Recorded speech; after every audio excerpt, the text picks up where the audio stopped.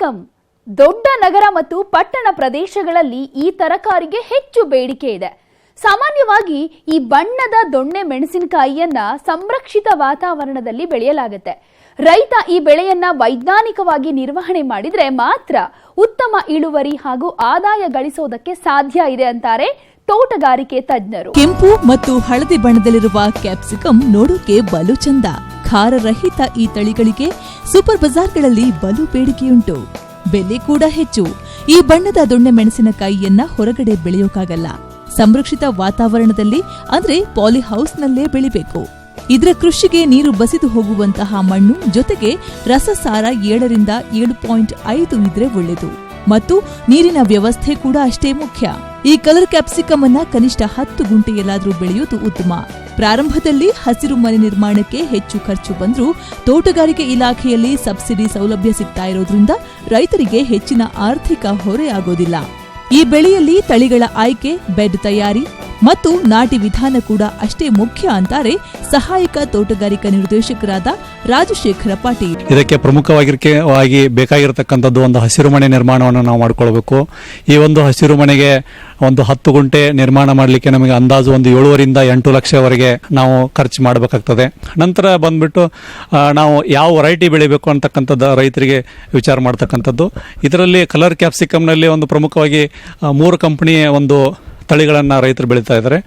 ಇಂದಿರಾ ಅಂತೇಳಿ ಹಸಿರು ಬಣ್ಣದ್ದು ಬರ್ತೈತೆ, ಅದರ ಜೊತೆಗೆ ಯೆಲ್ಲೋ ಓರೆಬೆಲ್ಲ, ರೆಡ್ ಬೊಂಬೈ ಅಂತ ರೈತರು ತಮಗೆ ಒಂದು ಅನುಭವದ ಮೇರೆಗೆ ಯಾವುದಾದ್ರೂ ಕಂಪನಿಯ ತಳಿಗಳನ್ನು ಆಯ್ಕೆ ಮಾಡಿಕೊಂಡು ಬೆಳಿಬೋದು. ಈ ಒಂದು ಹಸಿರು ಮನೆಯಲ್ಲಿ ಚೆನ್ನಾಗಿ ಮಣ್ಣನ್ನು ಉಳುಮೆ ಮಾಡಿ ರೆಡಿ ಮಾಡ್ಕೋಬೇಕು.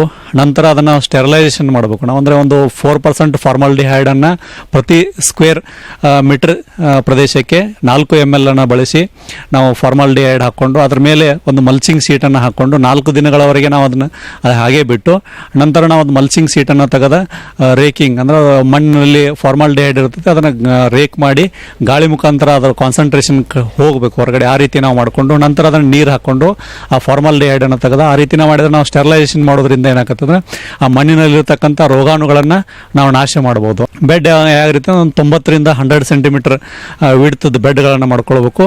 ಒಂದು 15ರಿಂದ 20 ಸೆಂಟಿಮೀಟರ್ ಹೈಟ್ ಇರಬೇಕು. ಈ ರೀತಿ ನಾವು ಬೆಡ್ಗಳನ್ನು ಮಾಡಿಕೊಂಡು ಅದರ ನಂತರ ಆ ಬೆಡ್ಗಳ ಮೇಲೆ 4 ಟ್ರ್ಯಾಕ್ಟರ್ ಡಬ್ಬಿಯವರೆಗೆ ನಾವು 10 ಗುಂಟೆ ಪ್ರದೇಶಕ್ಕೆ FIM ಹಾಕ್ಕೊಳ್ಬೇಕು.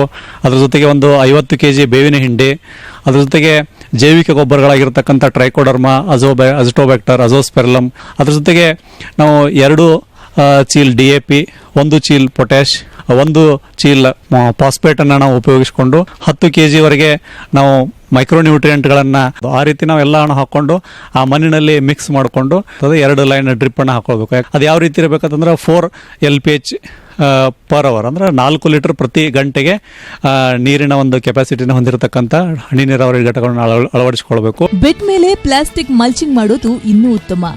ಇದರಿಂದ ಕಳೆಗಳನ್ನ ನಿಯಂತ್ರಣ ಮಾಡಬಹುದು. ಗಿಡಗಳಿಗೆ ನೀರಿನ ಬೇಡಿಕೆ ಕಡಿಮೆ ಇರುತ್ತೆ. ಬೇರಿನ ಬೆಳವಣಿಗೆ ಉತ್ತಮಗೊಂಡು ಗಿಡಗಳು ಆರೋಗ್ಯಕರವಾಗಿ ಬೆಳೆಯುತ್ತವೆ ಮತ್ತು ಕೆಲವು ರಸ ಹೀರುವ ಕೀಟಗಳನ್ನ ಸ್ವಲ್ಪ ಮಟ್ಟಿಗೆ ಹತೋಟಿಯಲ್ಲಿಡಬಹುದು. ಇನ್ನು ಸಸಿಗಳ ವಿಷಯಕ್ಕೆ ಬಂದ್ರೆ ಯಾವಾಗ್ಲೂ ಆರೋಗ್ಯವಂತ ಸದೃಢ ಸಸಿಗಳನ್ನೇ ನಾಟಿಗೆ ಬಳಸಬೇಕು. ಸಸಿಗಳನ್ನ ನೀವೇ ಬೆಳೆಸಿಕೊಳ್ಬೇಕು. ಒಂದು ವೇಳೆ ಸಾಧ್ಯವಾಗದೇ ಇದ್ದ ಪಕ್ಷದಲ್ಲಿ ಗೊತ್ತಿರೋ ನರ್ಸರಿಗಳಿಂದ ಉತ್ತಮ ಸಸಿಗಳನ್ನ ಖರೀದಿಸಿ ನಾಟಿ ಮಾಡಬೇಕು. ಸ್ವಲ್ಪ ನಾಲೆಜ್ ಇದ್ರೆ ನಾವೇನೋ ಸಸಿ ರೆಡಿ ಮಾಡ್ಕೊಳ್ಬಹುದು, ಇಲ್ಲ ಅಂತಂದ್ರೆ ನಾವು ಹೊರಗಡೆಯಿಂದ ನರ್ಸರಿಯಿಂದ ಕೊಂಡು ತರಬಹುದು. ಸಸಿಗೆ ಒಂದೊಂದು ಎವರೇಜ್ ಆಗಿ 10ರಿಂದ 12 ರೂಪಾಯಿವರೆಗೆ ಒಂದು ಸಸಿಗೆ ಸಿಗ್ತದೆ. ನಾವು 10 ಗುಂಟೆ ಪ್ರದೇಶದಲ್ಲಿ ನಾಟಿ ಮಾಡಬೇಕಾದ್ರೆ ನಮಗೆ ಅಂದಾಜು ಒಂದು 4,000 ಸಸಿಗಳ ಅವಶ್ಯಕತೆ ಇರ್ತೈತಿ.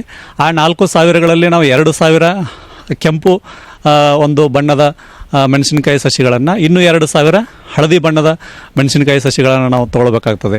ಯಾಕಂದ್ರೆ ಮಾರುಕಟ್ಟೆಯಲ್ಲಿ 2 ಹಳದಿ ಮತ್ತು ಕೆಂಪು ಬಣ್ಣದ ಈಕ್ವಲ್ ಆಗಿ ನಾವು ಕಳಿಸ್ಬೇಕಾಗ್ತದೆ. ಆ ರೀತಿ ಒಂದು ಮಾರುಕಟ್ಟೆ ಬೇಡಿಕೆ ಇದೆ.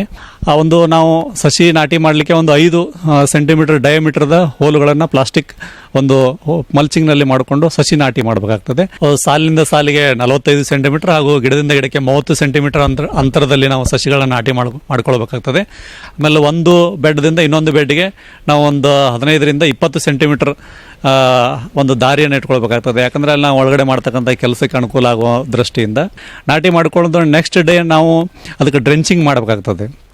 ಒಂದು ಯಾವ ರೀತಿ ನಾವು ಡ್ರೆಂಚಿಂಗ್ ಮಾಡ್ಬೇಕಂತಂದ್ರೆ ಹ್ಯೂಮಿಕ್ ಆಸಿಡ್, ಸ್ಟ್ರೆಪ್ಟೋಸೈಕ್ಲಿನ್ ಮತ್ತು COC ಇವು ನಾವು ಮೂರನ್ನು ಮಿಕ್ಸ್ ಮಾಡಿ ಡ್ರೆಂಚ್ ಮಾಡಿದ್ದಾದಲ್ಲಿ ಹ್ಯೂಮಿಕ್ ಆಸಿಡ್ ಒಂದು ಬೇರಿನ ಬೆಳವಣಿಗೆಯನ್ನು ಚೆನ್ನಾಗಿ ಮಾಡ್ತದೆ ಮತ್ತು COC ಒಂದು ಶಿಲೀಂಧ್ರದಿಂದ ಬರ್ತಕ್ಕಂಥ ರೋಗಗಳನ್ನ ಹತೋಟಿ ಮಾಡ್ತದೆ. ಸ್ಟ್ರೆಪ್ಟೋಸೈಕ್ಲಿನ್ ಬ್ಯಾಕ್ಟೀರಿಯಾದಿಂದ ಬರ್ತಕ್ಕಂಥ ರೋಗಗಳನ್ನು ಹತೋಟಿ ಮಾಡ್ತದೆ. ಈ ರೀತಿ ಮಾಡೋದ್ರಿಂದ ನಾವು ಸಸಿಗಳ ಸಾಯುವುದನ್ನು ನಾವು ಕಡಿಮೆ ಮಾಡಿ ನಾವು ಉತ್ತಮವಾಗಿ ಆ ಸಸಿ ನಾಟಿ ಆಗೋ ರೀತಿ ನಾವು ಮಾಡಬಹುದು. ಕಲರ್ ಕ್ಯಾಪ್ಸಿಕಮ್ ಒಳ್ಳೆಯ ಆದಾಯ ತರುವಂತಹ ಬೆಳೆ, ಅದರಲ್ಲಿ ಎರಡು ಮಾತಿಲ್ಲ.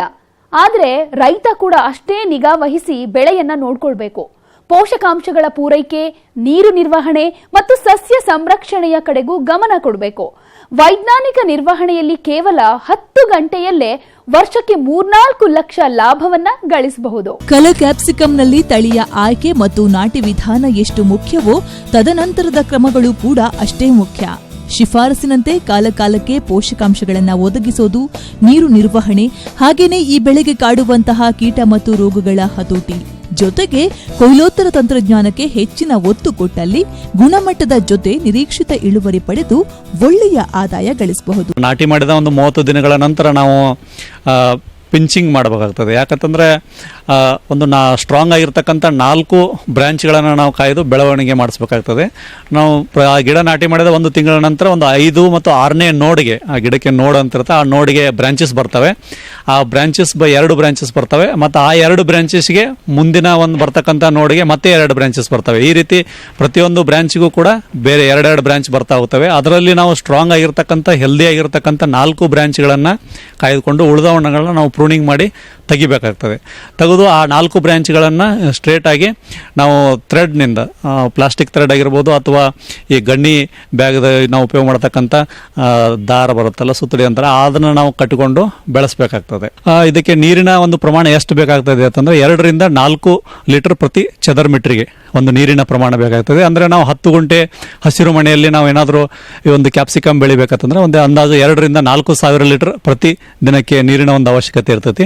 ನಾವು ಈ ಬೆಳೆಗೆ ಯಾವ ರೀತಿ ನಾವು ಗೊಬ್ಬರವನ್ನು ಒದಗಿಸಬೇಕಾಗ್ತದೆ, ಈ ರೀತಿ ನಾವು ಒಂದು ದಿವಸ ಬಿಟ್ಟು ಒಂದು ದಿವಸ ಹನಿ ನೀರಾವರಿಯಲ್ಲಿ ವೆಂಚುರಿ ಮುಖಾಂತರ ಇದಕ್ಕೆ ನಾವು ಕೊಡಬೇಕಾಗ್ತದೆ.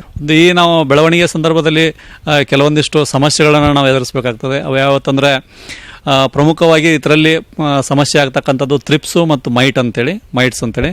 ಇದು ಇಲ್ಲಿ ಒಂದು ತಾಪಮಾನ ಜಾಸ್ತಿ ಆದಾಗ ಇವುಗಳ ಒಂದು ಹಾವಳಿ ಜಾಸ್ತಿ ಆಗ್ತದೆ. ಅದರಿಂದ ನಾವು ಟೆಂಪ್ರೇಚರ್ 32-33ಕ್ಕಿಂತ ಜಾಸ್ತಿ ಹೋದಾಗ ನಾವು ಫಾಗರ್ಸನ್ನು ಆನ್ ಮಾಡಿ ಇಲ್ಲಿ ಒಂದು ಟೆಂಪ್ರೇಚರನ್ನು ಡೌನ್ ಮಾಡ್ತೇವೆ. ಅದ್ರ ಜೊತೆಗೆ ಸ್ಟಿಕ್ಕಿ ಟ್ರ್ಯಾಪ್ಸನ್ನು ನಾವು ಹಾಕಿದ್ದೇವೆ. ಅದ್ರ ಜೊತೆಗೆ ಫೆರ್ಮೋನ್ ಟ್ರ್ಯಾಪ್ಸನ್ನು ನಾವು ಉಪಯೋಗ ಮಾಡ್ತಾ ಇದ್ದೇವೆ. ಈ ರೀತಿ ಸಮಗ್ರವಾಗಿ ನಾವು ಕೀಟ ಮತ್ತು ರೋಗಗಳನ್ನು ನಿಯಂತ್ರಣ ಮಾಡಬೇಕಾಗ್ತದೆ. ಇದರಲ್ಲಿ ಪ್ರಮುಖವಾಗಿ ಬರ್ತಕ್ಕಂಥ ರೋಗ ಅಂತಂದರೆ ಬೂದಿ ರೋಗ ಸಮಸ್ಯೆ ಆಗ್ತಾ ಇದೆ. ಈ ಒಂದು ಬೂದಿ ರೋಗ ನಿರ್ವಹಣೆಗೆ ನಾವು ವೆಟೇಬಲ್ ಸಲ್ಫರನ್ನು ಯೂಸ್ ಮಾಡ್ತೇವೆ. ಅದ್ರ ಜೊತೆಗೆ ಗಿಡಗಳ ಕಷಾಯವನ್ನು ಕೂಡ ನಾವು ಯೂಸ್ ಮಾಡ್ತಾ ಇದ್ದೇವೆ. ಅಂದರೆ ನಾವು ಎಕ್ಕೆ ಆಗಿರ್ಬೋದು, ಚದರಂಗಿ ಆಗಿರ್ಬೋದು, ಹುಳುಗಲ, ಈ ರೀತಿ ಒಂದು ಬೇರೆ ಬೇರೆ ಕಹಿ ಆಗಿರ್ತಕ್ಕಂಥದ್ದು ಮತ್ತು ಹಾಲು ಇರತಕ್ಕಂಥ ಯಾವುದೇ ಒಂದು ಗಿಡಗಳ ಒಂದು 15-20 ದಿವಸವರೆಗೆ ನಾವು ಕಳಿಸಿ ಅದರ ಕಷಾಯವನ್ನು ಮಾಡಿ ನಾವು ಗಿಡಗಳಿಗೆ ಸಿಂಪರಣೆ ಮಾಡ್ತಾ ಇದ್ದೇವೆ. ಅದ್ರ ಜೊತೆಗೆ ಡ್ರಿಪ್ ಮೂಲಕ ಕೊಡ್ತಾ ಇದ್ದೇವೆ. ಇದರಿಂದ ನಾವು ರೋಗ ಮತ್ತು ಕೀಟದ ಜೊತೆಗೆ ಗಿಡಗಳ ಒಂದು ಬೆಳವಣಿಗೆ ಕೂಡ ನಾವು ಉತ್ತಮಗೊಳಿಸಬಹುದಾಗಿದೆ. ಈ ಬೆಳೆ ನಾಟಿ ಮಾಡಿದ 60 ರಿಂದ 70 ದಿನಕ್ಕೆ ಕೊಯ್ಲಿಗೆ ಸಿದ್ಧವಾಗುತ್ತೆ. ವಾರದಲ್ಲಿ 2 ಬಾರಿ ಕಟಾವು ಮಾಡಿದ್ರೂ ಪ್ರತಿ ಬಾರಿ 10 ಗುಂಟೆ ಕ್ಷೇತ್ರದಿಂದ 150 ರಿಂದ 200 ಕೆಜಿ ಕಾಯಿಗಳನ್ನ ಪಡಿಬಹುದು. ಕೊಯ್ಲಾದ ಕಾಯಿಗಳನ್ನ ಸ್ವಚ್ಛಗೊಳಿಸಿ ಗ್ರೇಡಿಂಗ್ ಮಾಡಿ ಪ್ಯಾಕ್ ಮಾಡಿ ಮಾರುಕಟ್ಟೆಗೆ ಕಳಿಸಬೇಕು. ಸಾಮಾನ್ಯವಾಗಿ 20 ಕೆಜಿ ಸಾಮರ್ಥ್ಯದ ಬಾಕ್ಸ್ನಲ್ಲಿ ಕೆಂಪು ಮತ್ತು ಹಳದಿ ಬಣ್ಣದ ಕಾಯಿಗಳನ್ನ ತಲಾ 10 ಕೆಜಿಯಷ್ಟು ಇಟ್ಟು ಮಾರಾಟ ಮಾಡಲಾಗುತ್ತೆ. ಇಲ್ಲಿ ಇನ್ನೊಂದು ಗಮನಿಸಬೇಕಾದ ಅಂಶ ಅಂದ್ರೆ ದೂರದ ಮಾರುಕಟ್ಟೆಗೆ ಕಳುಹಿಸುವಾಗ ಕಾಯಿಗಳು 80% ಕೆಂಪು ಅಥವಾ ಹಳದಿ ಬಣ್ಣಕ್ಕೆ ತಿರುಗಿರಬೇಕು. ಸ್ಥಳೀಯ ಮಾರುಕಟ್ಟೆಗಾದ್ರೆ 90% ರಿಂದ 95% ಬಣ್ಣ ಬಂದಿರಬೇಕು. ಇನ್ನು 10 ಗುಂಟೆಯಲ್ಲಿ ಬರುವ ಇಳುವರಿ ಮತ್ತು ಆದಾಯದ ಬಗ್ಗೆ ತಜ್ಞರು ಹೀಗೆ ಹೇಳ್ತಾರೆ. ರೈತರು ಒಂದು 10 ಗುಂಟೆ ಪ್ರದೇಶದಲ್ಲಿ ಉತ್ತಮವಾಗಿ ನಿರ್ವಹಣೆ ಮಾಡಿ ಬೆಳೆದಿದ್ದಲ್ಲಿ ಒಂದು 10 ಟನ್ಗಳವರೆಗೆ ಇಳುವರಿಯನ್ನು ಪಡೆಯಬಹುದಾಗಿರುತ್ತದೆ. ಒಂದು ಮಾರುಕಟ್ಟೆಯಲ್ಲಿ ಎವರೇಜ್ ಆಗಿ 40 ರಿಂದ 50 ರೂಪಾಯಿ ಒಂದು ಮಾರುಕಟ್ಟೆ ದರವನ್ನು ರೈತರು ಪಡಿಬಹುದು. ಅಂದರೆ ನಾವು ಹೆಚ್ಚು ಕಡಿಮೆ ಒಂದು 4 ರಿಂದ 5 ಲಕ್ಷವರೆಗೆ ಆದಾಯವನ್ನು ಪಡಿಬೋದು. ಅದರಲ್ಲಿ ನಾವು ಈ ಒಂದು ಸಸಿಗಳ ವೆಚ್ಚ ಒಂದು 40,000, ಅದಕ್ಕೆ ನಾವು ಉಪಯೋಗಿಸ್ತಕ್ಕಂಥ ಗೊಬ್ಬರ ಒಂದು 20 ರಿಂದ 25,000, ಅಂದಾಜು ಒಂದು 60-70 ಸಾವಿರವರೆಗೆ ನಾವು ಈ ಒಂದು ಬೆಳೆಗೆ ನಾವು ಖರ್ಚು ಮಾಡಬೇಕಾಗ್ತದೆ. ಅಂದಾಜು ಒಂದು ರೈತರು ಒಂದು ಒಟ್ಟಾರೆಯಾಗಿ 3 ರಿಂದ 4 ಲಕ್ಷವರೆಗೆ ಒಂದು 9 ತಿಂಗಳ ಅವಧಿಯಲ್ಲಿ ಈ ಒಂದು ಬೆಳೆಯ ಒಂದು ಆದಾಯವನ್ನು ರೈತರು ಪಡಿಬಹುದು ಅಂತ ಹೇಳಿ ತಿಳಿಸ್ತಾರೆ. ಈ ಒಂದು ಬೆಳೆಗೆ ಜುಲೈ ತಿಂಗಳಿಂದ ಒಂದು ಅಂದಾಜಾಗಿ ಒಂದು ಉತ್ತಮವಾಗಿರ್ತಕ್ಕಂಥ ಬೇಡಿಕೆ ಪ್ರಾರಂಭ ಆಗ್ತದೆ. ನಾವು ಅಂದ್ರೆ ಬೇಸಿಗೆ ಒಳಗಡೆ ನಾವು ಏಪ್ರಿಲ್ ಮೇ ತಿಂಗಳಲ್ಲಿ ನಾಟಿ ಮಾಡಿಕೊಂಡ್ರೆ, ಯಾಕಂದ್ರೆ ಅವಷ್ಟು ಆ ಸಂದರ್ಭದಲ್ಲಿ ಒಂದಿಷ್ಟು ಕೆಲವೊಂದು ಬಹಳಷ್ಟು ಸಮಸ್ಯೆಗಳು ಬರ್ತಾವೆ ಈ ಬೆಳೆಗೆ. ಆ ಸಮಸ್ಯೆಗಳನ್ನು ನಾವು ಎದುರಿಸಿ ಬೆಳೆದಿದ್ದಾದಲ್ಲಿ ಈ ಒಂದು ಜೂನ್ ಜುಲೈ ಆಗಸ್ಟ್ ಸೆಪ್ಟೆಂಬರ್ ಮುಂದೆ ಡಿಸೆಂಬರ್ ಜನವರಿ ಅಂದ್ರೆ ಗೋವಾನಲ್ಲಿ ಒಂದು ಹೆಚ್ಚಿನ ಬೇಡಿಕೆ ಇರುತ್ತೆ. ಡಿಸೆಂಬರಲ್ಲಿ ಕ್ರಿಸ್ಮಸ್ ಆ ಒಂದು ಸಂದರ್ಭದಲ್ಲಿ ಹಾಲಿಡೇಸ್ ಇರ್ತವೆ. ಅಂಥ ಸಂದರ್ಭದಲ್ಲಿ ಒಂದು ಹೆಚ್ಚಿನ ಒಂದು ದರ ಇರ್ತದೆ. ಇಂಥ ಒಂದು ಸೀಸನ್ಗೆ ಬರೋ ರೀತಿ ರೈತರು ಬೆಳ್ಕೊಂಡು ಉತ್ತಮ ಲಾಭವನ್ನು ಪಡೆಯಬಹುದು. ವೈಜ್ಞಾನಿಕವಾಗಿ ಬೆಳೆಯನ್ನ ಬೆಳೆದತೆ ಆದ್ರೆ ಉತ್ತಮ ಇಳುವರಿಯೊಂದಿಗೆ ಒಳ್ಳೆಯ ಆದಾಯ ಗಳಿಸಬಹುದು ಮತ್ತು 2ನೇ ವರ್ಷದಿಂದ ಹಾಕಿದ ಬಂಡವಾಳ ಕೂಡ ವಾಪಸ್ಸಾಗಿ ಹೆಚ್ಚಿನ ಲಾಭವನ್ನ ನಿರೀಕ್ಷೆ ಮಾಡಬಹುದು. ರೇಷ್ಮೆ ಕೃಷಿ ಲಾಭದಾಯಕ ಕಸುಬು ಅನ್ನೋದೇನೋ ನಿಜ. ಆದ್ರೆ ಅದೆಷ್ಟೋ ರೇಷ್ಮೆ ಬೆಳೆಗಾರರು ಉತ್ತಮ ಗೂಡುಗಳನ್ನ ಉತ್ಪಾದನೆ ಮಾಡದೆ ನಷ್ಟ ಅನುಭವಿಸೋದನ್ನ ನೋಡ್ತಾ ಇದ್ದೀವಿ. ಮಾರುಕಟ್ಟೆಯಲ್ಲಿ ಗೂಡುಗಳ ಗುಣಮಟ್ಟದ ಆಧಾರದ ಮೇಲೆ ಬೆಲೆ ನಿರ್ಧಾರವಾಗೋದ್ರಿಂದ ಕಳಪೆ ಗೂಡುಗಳಿಗೆ ಸೂಕ್ತ ಬೆಲೆ ಸಿಗೋದಿಲ್ಲ. ಹೀಗಾಗಿ ಗುಣಮಟ್ಟದ ಗೂಡುಗಳನ್ನ ಪಡಿಬೇಕಾದ್ರೆ ರೈತರು ಕೆಲವು ಕ್ರಮಗಳನ್ನ ತಪ್ಪದೇ ಪಾಲಿಸಬೇಕು. ರೇಷ್ಮೆ ಕೃಷಿಯಲ್ಲಿ ಉತ್ತಮ ಗೂಡಿನ ಇಳುವರಿ ಮತ್ತು ಗುಣಮಟ್ಟದ ಗೂಡುಗಳನ್ನ ಪಡಿಬೇಕಾದ್ರೆ ಪ್ರಾಥಮಿಕ ಹಂತದಲ್ಲಿ ಹಿಪ್ಪು ನೇರಳೆ ತೋಟದ ನಿರ್ವಹಣೆ ಬಹುಮುಖ್ಯ. ತೋಟದಲ್ಲಿ ಕಡ್ಡಿ ಕಟಾವಾದ 40ರಿಂದ 45 ದಿನಗಳ ನಂತರವೇ ಚಾಕಿಯನ್ನ ಕಟ್ಟಬೇಕು ಅಥವಾ ರೈತರು ಚಾಕಿಯನ್ನ ತರಬೇಕು. ಅಷ್ಟೇ ಅಲ್ಲ, ಸಿಗೋ ಸೊಪ್ಪಿನ ಪ್ರಮಾಣಕ್ಕೆ ಅನುಗುಣವಾಗಿ ಮೊಟ್ಟೆಗಳನ್ನ ತರಬೇಕು. ರೋಗರಹಿತ ಒಂದು ಮೊಟ್ಟೆ ಸಾಕಲು ಸುಮಾರು 12ರಿಂದ 15 ಕೆಜಿ ಸೊಪ್ಪು ಬೇಕಾಗುತ್ತೆ. ಈ ಲೆಕ್ಕದ ಆಧಾರದ ಮೇಲೆ ಸೊಪ್ಪು ಕೊಟ್ರೆ ಹುಳುಗಳಿಗೆ ಸೊಪ್ಪಿನ ಕೊರತೆಯಾಗೋದಿಲ್ಲ. 2ನೇ ಅಂಶ ಅಂದ್ರೆ ಪ್ರತ್ಯೇಕವಾದ ಹುಳು ಸಾಕಾಣಿಕೆ ಮನೆಯನ್ನ ಹೊಂದಿರಬೇಕು. ಇದರಿಂದ ಹುಳು ಸಾಕಾಣಿಕೆಗೆ ವಿಸ್ತಾರವಾದ ಜಾಗ ದೊರಕಿದಂತಾಗುತ್ತೆ ಮತ್ತು ಸೋಂಕು ನಿವಾರಣೆ ಮಾಡಲು ಅನುಕೂಲವಾಗುತ್ತೆ. ಬಹಳ ಪ್ರಾಮುಖ್ಯತೆ ವಹಿಸುತ್ತೆ.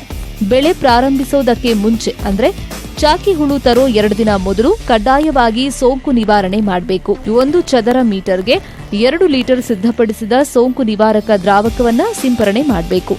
ಸೋಂಕು ನಿವಾರಣೆಯನ್ನ ಮನೆ ಒಳಗೆ ಹೊರಗೆ ಹಾಗೂ ಸಲಕರಣೆಗಳು ಸರಿಯಾಗಿ ತೋಯೋ ಹಾಗೆ ಸಿಂಪರಣೆ ಮಾಡಬೇಕು. ಈ ಸೋಂಕು ನಿವಾರಣೆಯನ್ನ ಪವರ್ ಸ್ಪ್ರೇಯರ್ನಿಂದ ಕೈಗೊಂಡ್ರೆ ಉತ್ತಮ. ರೋಗರಹಿತ ಮೊಟ್ಟೆ ಅಥವಾ ರೋಗರಹಿತ ಚಾಕಿ ಹುಳುಗಳನ್ನ ತರುವುದು ಗುಣಮಟ್ಟದ ಗೂಡು ಉತ್ಪಾದನೆಯಲ್ಲಿ ಇನ್ನೊಂದು ಮುಖ್ಯ ಅಂಶ. ಈ ಸಂದರ್ಭದಲ್ಲಿ ರೈತರು 2ನೇ ಜ್ವರಕ್ಕೆ ಕುಳಿತ ಚಾಕಿ ಹುಳುಗಳನ್ನ ತರಬೇಕು. ಸ್ವಂತ ಚಾಕಿ ಕಟ್ಟೋದೇ ಆದಲ್ಲಿ ಮನೆಯಲ್ಲಿ 27ರಿಂದ 28 ಡಿಗ್ರಿ ಸೆಂಟಿಗ್ರೇಡ್ ಉಷ್ಣಾಂಶ ಹಾಗೂ 70% 80% ಶೈತ್ಯಾಂಶ ಇದ್ದರೆ ಉತ್ತಮವಾಗಿ ಚಾಕಿ ಸಾಕಾಣಿಕೆ ಮಾಡಬಹುದು. ದೊಡ್ಡ ಹುಳು ಸಾಕಾಣಿಕೆ ಮನೆಯಲ್ಲಿ 25ರಿಂದ 26 ಡಿಗ್ರಿ ಸೆಂಟಿಗ್ರೇಡ್ ಉಷ್ಣಾಂಶ ಹಾಗೂ 60% 65% ಶೈತ್ಯಾಂಶ ಇದ್ದರೆ ಒಳ್ಳೆ ಗೂಡಿನ ಇಳುವರಿಯನ್ನ ಪಡೆಯಬಹುದು. ಹುಳು ಸಾಕಾಣಿಕೆ ಕ್ರಮಕ್ಕೆ ಬಂದಾಗ ರೆಂಬೆ ಪದ್ಧತಿ ಅನುಸರಿಸುವುದು ಉತ್ತಮ. ಇದರಿಂದ ರೋಗಕ್ಕೆ ತುತ್ತಾಗೋ ಸಾಧ್ಯತೆಯನ್ನ ಗಮನಾರ್ಹವಾಗಿ ಕಡಿಮೆ ಮಾಡಬಹುದು. ಮಿಶ್ರ ತಳಿಗಳಾದ್ರೆ 100 ಮೊಟ್ಟೆ ಹುಳು ಸಾಕಾಣಿಕೆಗೆ ಸುಮಾರು 800ರಿಂದ 900 ಚದರ ಅಡಿ ಹಾಗೂ ಬಯೋಟ್ಲೈನ್ಗೆ 1000ರಿಂದ 1100 ಚದರ ಅಡಿ ವಿಸ್ತೀರ್ಣ ಕೊಟ್ರೆ ತುಂಬಾ ಒಳ್ಳೆಯದು. ರೇಷ್ಮೆ ಕೃಷಿಯಲ್ಲಿ ಊಜಿನೊಣ ನಿಯಂತ್ರಣ ಕೂಡ ಬಹುಮುಖ್ಯವಾದುದು. 2ನೇ ಹಂತ ದಾಟಿದ ನಂತರ ಸಮಗ್ರ ಊಜಿ ನಿಯಂತ್ರಣ ಕ್ರಮಗಳನ್ನು ಅನುಸರಿಸಬೇಕು. ಚಂದ್ರಿಕೆಗಳಿಗೆ ಹುಳುಗಳನ್ನ ತೆಳುವಾಗಿ ಹಾಕಬೇಕು. ಅಗತ್ಯಕ್ಕಿಂತ ಹೆಚ್ಚಾದರೆ ಗಂಟು ಗೂಡುಗಳಾಗುತ್ತವೆ. ಪ್ರತಿ ಬಿದಿರಿನ ಚಂದ್ರಿಕೆಗೆ 700ರಿಂದ 800 ಹುಳಗಳನ್ನ ಬಿಡಬೇಕು. ಪ್ಲಾಸ್ಟಿಕ್ ಚಂದ್ರಿಕೆ ಉಪಯೋಗಿಸೋದು ಸೂಕ್ತ. ಹುಳು ಹಾಕಿದ ಚಂದ್ರಿಕೆಗಳನ್ನ ಬಿಸಿಲಿಗೆ ಇಡಬಾರದು. ಗಾಳಿ ಬೆಳಕು ಇರುವಂತ ಪ್ರತ್ಯೇಕ ಕೊಠಡಿಗಳಲ್ಲಿ ಇಡಬೇಕು. ಈ ಕೊಠಡಿಯ ಉಷ್ಣಾಂಶ 25ರಿಂದ 26 ಡಿಗ್ರಿ ಸೆಲ್ಸಿಯಸ್ ಇದ್ದು ಶೈತ್ಯಾಂಶ 60ರಿಂದ 65% ಇರಬೇಕು. ಗೂಡುಗಳನ್ನ ಬೇಸಿಗೆ ಹಾಗೂ ಮಳೆಗಾಲದಲ್ಲಿ 5ನೇ ದಿನಕ್ಕೆ ಮತ್ತು ಚಳಿಗಾಲದಲ್ಲಿ 6ನೇ ದಿನಕ್ಕೆ ಬಿಡಿಸಬೇಕು. ಹೀಗೆ ಗೂಡುಗಳನ್ನ ಬಿಡಿಸುವಾಗ ಜೆಲ್ಲಿ, ಗಂಟು, ತೆಳುವಾದ ಮತ್ತು ಮಲಮೂತ್ರ ವಿಸರ್ಜಿತ ಗೂಡುಗಳನ್ನ ಪ್ರತ್ಯೇಕಿಸಬೇಕು. ಬಿಡಿಸಿದ ಗುಣಮಟ್ಟದ ಗೂಡುಗಳನ್ನ ಗಾಳಿಯಾಡೋ ಸ್ವಚ್ಛವಾದ ಸ್ಥಳದಲ್ಲಿ ತೆಳುವಾಗಿ ಹರಡಬೇಕು. ಮಾರುಕಟ್ಟೆಗೆ ಗೂಡು ಸಾಕಾಣಿಕೆ ಮಾಡುವಾಗ ಪ್ಲಾಸ್ಟಿಕ್ ಚೀಲ ಉಪಯೋಗಿಸದೆ ಗೋಣಿ ಚೀಲಗಳಲ್ಲಿ ತುಂಬಿ ಮಾರುಕಟ್ಟೆಗೆ ತಗೊಂಡು ಹೋಗೋದು ಉತ್ತಮ. ಹೀಗೆ ರೈತರು ರೇಷ್ಮೆ ಕೃಷಿಯಲ್ಲಿ ವೈಜ್ಞಾನಿಕ ಕ್ರಮಗಳನ್ನ ಅನುಸರಿಸೋದ್ರಿಂದ ಗುಣಮಟ್ಟದ ಗೂಡುಗಳೊಂದಿಗೆ ಹೆಚ್ಚು ಇಳುವರಿ ಮತ್ತು ಆದಾಯವನ್ನ ಪಡೆಯಬಹುದು.